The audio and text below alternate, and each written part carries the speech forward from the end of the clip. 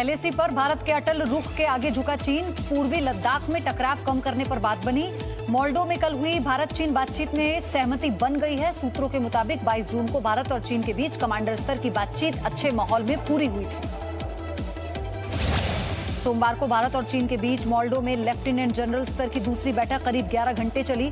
बैठक में भारतीय अफसरों ने गलवान में हुई हिंसक झड़प पर नाराजगी जताते हुए उसे चीन की सुनियोजित साजिश और क्रूर हरकत बताया था। गलवान में सेना के शौर्य वाले बदले के बाद आज पहली बार सेना अध्यक्ष एमएम नरवणे लेह पहुंचेंगे। सेना प्रमुख थोड़ी देर में लेह पहुंचने वाले हैं। सेना प्रमुख सुरक्षा और बातचीत की जानकारी लेंगे। विदेश मंत्री एस जयशंकर आज रूस और चीन के विदेश मंत्रियों के साथ आरआईसी यानी रूस, इंडिया और चाइना संगठन की बैठक में शामिल हुए।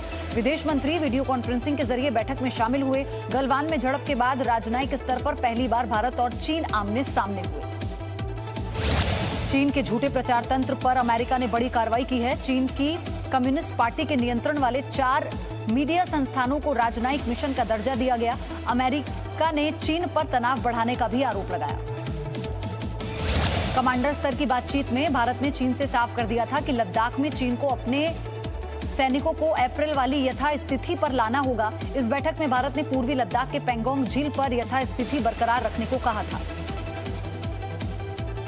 सूत्रों के मुताबिक चीन ने पश्चिमी थिएटर कमान के कमांडर जनरल झाओ झोंकी को मिशन लद्दाख पर लगाया है। सूत्रों के मुताबिक जनरल झाओ 2017 में डोकलाम में पीछे हटने की खींच लद्दाख के जरिए उतारना चाहता है। गलवान की साजिश के पीछे झाओ झोंकी का ही दिमाग माना जा रहा है।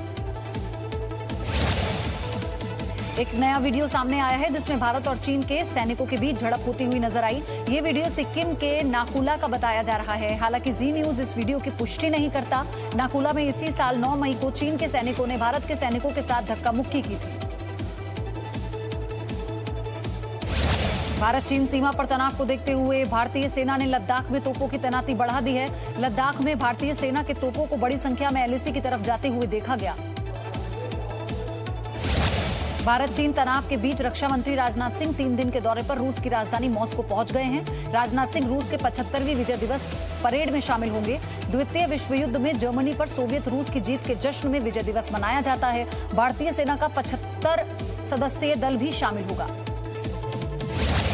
रूस में विजय दिवस परेड में भारत के 75 जवान भी शामिल होंगे। मॉस्को में भारत के जवानों ने परेड की रिहर्सल में हिस्सा भी लिया। भारतीय सेना के तीनों अंगों के जवान परेड में शामिल होंगे।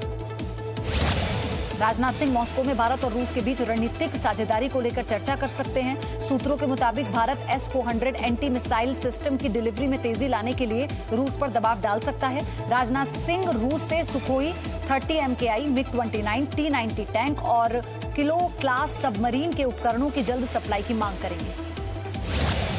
भारत और चीन के बीच सैन्य स्तर की बातचीत के बाद अब जल्द ही राजनयिक स्तर की बातचीत भी हो सकती है। सूत्रों के मुताबिक दोनों देशों के बीच अब संयुक्त सचिव स्तर की बातचीत संभव है। केंद्र सरकार ने भारत चीन सीमा पर सड़क निर्माण पूरा करने को लेकर विस्तृत योजना तैयार की है। गृह मंत्रालय में भारत और चीन बॉर्डर मैनेजमेंट को लेकर बड़ी बैठक हुई। बैठक में 32 सड़कों का काम जल्द पूरा करने पर जोर दिया गया। सूत्रों के मुताबिक इन सड़कों के निर्माण कार्य को सारी एजेंसियों के सहयोग से और ज्यादा गति दी जाएगी। राहुल गांधी ने चीन के मुद्दे पर एक बार फिर से सरकार से सवाल किए। राहुल ने ट्वीट कर कहा कि चीन ने हमारे सैनिकों को मारा, चीन ने हमारी जमीन पर कब्जा कर लिया और फिर विवाद के बीच चीन मोदी की तारीफ क्यों कर रहा है। चीन से सीमा विवाद के मुद्दे पर कांग्रेस वर्किंग कमेटी में मोदी सरकार पर आरोप। सोनिया गांधी ने कहा चीन के मुद्दे पर सरकार ने बद इंतजामी दिखाई। पूर्व प्रधानमंत्री मनमोहन सिंह ने कोरोना संकट पर कहा सरकार ने पूरी ताकत से काम नहीं किया। कांग्रेस नेता सलमान खुर्शीद का लद्दाख विवाद पर पीएम मोदी पर आरोप। कहा समर्थकों ने पीएम मोदी की लाल आंखों के विकल्प को क्यों दिखाया जबकि पीएम ने जमीनी हकीकत नहीं देखी। सीमा पर तनाव के बीच सरकार भारत चीन के निवेश पर बड़ा नियंत्रण लगा सकती है। केंद्र सरकार ने देश के औद्योगिक संगठनों CII, FICCI और एसोकैम से चीन से आयात होने वाले सामानों की जानकारी मांगी है। सरकार का मकसद है कि चीन से आयात होने वाले गैर जरूरी सामानों का आयात कम किया जाए। गलवान की हिंसक झड़प के बाद चीन की कंपनियों को सबक सिखाने का दौर जारी है। यूपी सरकार ने चीन में बने बिजली के मीटर लगाने पर प्रतिबंध लगा दिया। लखनऊ पहुंच चुके चीन के 8000 मीटर नहीं लगाने का निर्देश दिया गया। लद्दाख में हिंसक झड़प के बाद भारत में चीन की वस्तुओं के बहिष्कार की मुहिम से चीन बौखला गया है और रोजाना नई नई धमकियां दे रहा है। चीन के मुखपत्र ग्लोबल टाइम्स ने कहा कि भारत की अर्थव्यवस्था चीन के बिना टिक नहीं पाएगी। नेपाल की राजधानी काठमांडू में चीनी दूतावास के बाहर लोगों ने प्रदर्शन किया। लोगों ने हाथों में बैनर और पोस्टर लिए हुए थे जिसमें चीन को युद्ध के लिए उकसाने का जिम्मेदार बताया गया था। लोगों ने लिखा कि चीन युद्ध बंद करे और शांति को बढ़ावा दे। नेपाल में बढ़ते भ्रष्टाचार और कोरोना संक्रमण से निपटने में नाकाम केपी ओली सरकार के खिलाफ पूरे नेपाल में प्रदर्शन किए जा रहे हैं। नेपाल की जनता ओली सरकार से इस बात को लेकर नाराज है कि भ्रष्टाचार के मुद्दे से ध्यान हटाने के लिए भारत के साथ सीमा विवाद बढ़ाया जा रहा है। जम्मू कश्मीर के पुलवामा में आतंकियों से मुठभेड़ में सीआरपीएफ का एक जवान शहीद हो गया। मुठभेड़ में 2 आतंकियों को भी मार गिराया गया। दोनों आतंकी शोपियां जिले के रहने वाले थे और जैश-ए-मोहम्मद से जुड़े थे। जम्मू कश्मीर पुलिस के साथ सुरक्षा बलों ने साझा ऑपरेशन चलाया। श्रीनगर में सुरक्षा बलों ने आतंकी ठिकानों का खुलासा किया। सर्च ऑपरेशन के दौरान सुरक्षा बलों को कामयाबी मिली है। आतंकी ठिकाने से AK-47 और 6 ग्रेनेड बरामद किए गए। सऊदी अरब ने कहा कि इस साल कोरोना वायरस के कारण केवल सऊदी अरब में रहने वाले लोग ही हज कर सकेंगे। सऊदी सरकार ने बयान जारी कर कहा कि इस बार बाहर के लोगों को हज करने की अनुमति नहीं दी जाएगी। सऊदी अरब में रहने वाले लोगों को ही सीमित संख्या में हज करने के लिए जाने के लिए अनुमति होगी। कोरोना संकट के चलते सीबीएसई की 10वीं और 12वीं की कक्षा की बकाया बोर्ड परीक्षाओं को टालने की मांग वाली याचिका पर सुप्रीम कोर्ट में सुनवाई हुई। सीबीएसई बोर्ड ने सुप्रीम कोर्ट में सीलबंद रिपोर्ट दाखिल कर कहा कि इस बारे में अफसरों की बैठक जारी है और कल तक फैसला ले लिया जाएगा।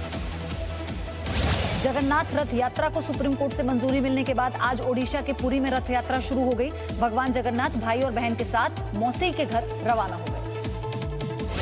प्रधानमंत्री नरेंद्र मोदी ने भगवान जगन्नाथ की रथ यात्रा पर देशवासियों को बधाई दी। पीएम मोदी ने कहा कि सभी को उनकी शुभकामनाएं।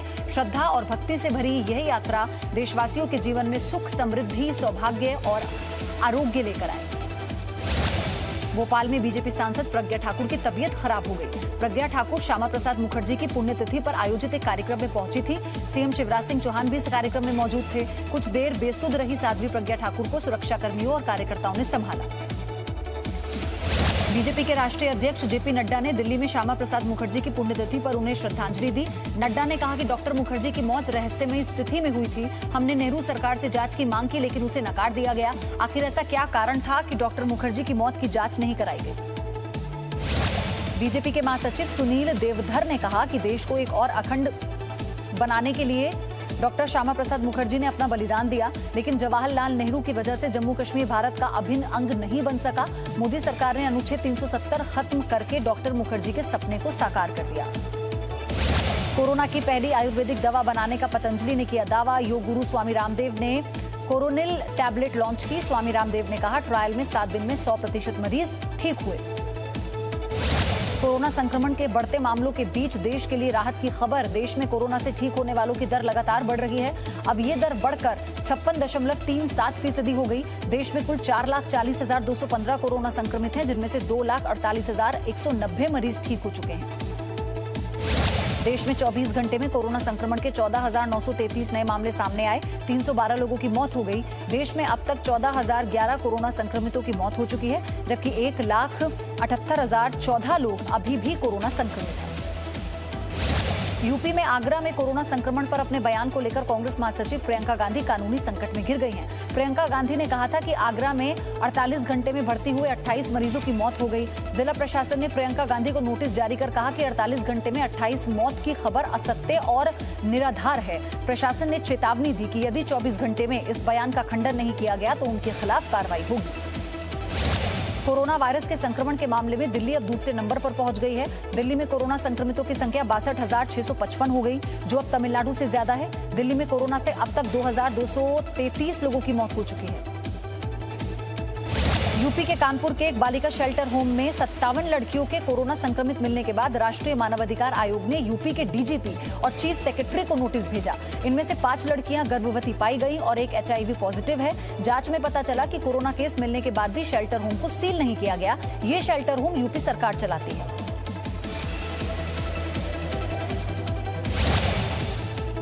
दिल्ली में होम क्वारंटीन वाले कोरोना संक्रमित मरीजों को घर में ही ऑक्सीजन पल्स मीटर मिलेगा, जिससे मरीज घर पर रहकर अपने ऑक्सीजन के स्तर को नाप सकते हैं और जरूरत पड़ने पर अस्पताल जा पाएंगे। कांग्रेस अध्यक्ष सोनिया गांधी ने पीएम मोदी को चिट्ठी लिखकर मांग की कि गरीबों को मुफ्त अनाज देने की मियाद अगले 3 महीने के लिए बढ़ाई जाए। सोनिया गांधी ने चिट्ठी में जोर दिया है कि उन गरीब परिवारों को अस्थायी राशन कार्ड मुहैया कराए जाएं जो पीडीएस योजना से बाहर हैं। मैनकाइंड फार्मा ने कोरोना संकट के दौर में कोरोना वॉरियर्स पुलिस फोर्स की मदद के लिए वो आगे आया। मैनकाइंड फार्मा ने 5 करोड़ रुपए की शुरुआत राशि से पुलिस फंड बनाया है। कोरोना वॉरियर्स कोई भी पुलिसकर्मी अगर शहीद होता है तो मैनकाइंड फार्मा उसके परिवार को 3 लाख रुपए की मदद देगा। महाराष्ट्र में यूरिया खाद महंगे की कालाबाजारी की शिकायतें मिलने पर कृषि मंत्री दादा भुसे खुद किसानों का भेष धरकर सच्चाई जानने के लिए निकल पड़े। स्कूटर लेकर वो एक यूरिया केंद्र पहुंचे जहां दुकानदार ने उन्हें यूरिया देने से इनकार कर दिया। बाद में मंत्री ने वहीं से कृषि सचिव को फोन मिलाया और दोषी दुकानदार के खिलाफ एक्शन लेने के आदेश दिए। बिहार शरीफ के कागजी मोहल्ले में ताड़ का पेड़ एक चलती बाइक पर गिरने का वीडियो सामने आया। ताड़ का पेड़ अचानक से 11,000 विद्युत धारा की बिजली लाइन पर गिर गया। उसी दौरान महिला पुरुष एक बाइक पर वहां से गुजर रहे थे। बाइक पर पेड़ गिरने से दोनों गंभीर रूप से घायल हो गए। घटना में एक कार भी क्षतिग्रस्त हो गई। पंजाब के भटिंडा के पूर्व पार्षद विजय वर्मा ने पेट्रोल डीजल के दाम बढ़ाए जाने के विरोध में केंद्र और पंजाब सरकार के खिलाफ अनोखे ढंग से प्रदर्शन किया। अपने कपड़े फाड़कर स्कूटर को पैदल घसीटते हुए ले गए। इसके बाद घास फूस भी खाई। इनका कहना था कि पंजाब सरकार राशन नहीं दे रही है, जिसके चलते लोग घास फूस खाने को मजबूर हैं। भोपाल रेलवे स्टेशन पर अगर कोई बिना मास्क के थर्मल स्कैनर के कैमरे के सामने से गुजरेगा तो सायरन बजने लगेगा। भोपाल रेलवे स्टेशन की एंट्री पर इस तरह के थर्मल स्कैनर लगा दिए गए हैं, जिसके कैमरों को ऐसे सेट किया गया कि उसके सामने से यदि कोई गुजरता है तो वो उसके तापमान को रीड कर लेता है। जयपुर में बदमाशों ने गैस कटर से काटकर एटीएम लूट लिया है। 3 बदमाश सीसीटीवी में नजर आए। पुलिस सीसीटीवी के आधार पर बदमाशों की तलाश शुरू कर चुकी है। यूपी के सहारनपुर की रहने वाली पूजा गुप्ता ने अपने पिता को चांद पर 1 एकड़ जमीन गिफ्ट की। विवेक गुप्ता की बेटी पूजा जाम्बिया में रहती हैं। पूजा ने इंटरनेशनल लूनर लैंड रजिस्ट्री से चांद पर जमीन खरीदी थी और अपने पापा को गिफ्ट कर दी। हालांकि उन्होंने चांद पर जमीन की कीमत का खुलासा नहीं किया। देवप्रयाग में ऋषिकेश बद्रीनाथ हाईवे 58 पर एक कार 150 मीटर गहरी खाई में गिर गई। कार में सवार 4 लोगों में से 2 की मौके पर ही मौत हो गई। कार हरिद्वार जा रही थी। मध्य प्रदेश के टीकमगढ़ जिले में सास बहू की लड़ाई में सास की जान चली गई। पुलिस के मुताबिक मजना गांव में सास से झगड़े के बाद बहू ने अपने मायके में फोन कर परिवार वालों को बुला लिया। इसके बाद दोनों परिवारों में जमकर मारपीट हुई, जिसमें महिला की सास की मौत हो गई और कई लोग इसमें घायल हैं। यूपी में चित्रकूट जिले के भदेदू गांव में बिजली विभाग के ठेकेदार ने लोगों के घरों के ऊपर से बिजली की हाई टेंशन लाइन निकाल दी है। इससे गुस्साए लोगों ने जिलाधिकारी कार्यालय पर प्रदर्शन किया। ग्रामीणों ने कहा कि घरों के ऊपर बिजली की हाई टेंशन लाइन से हर समय हादसे का खतरा बना रहता है।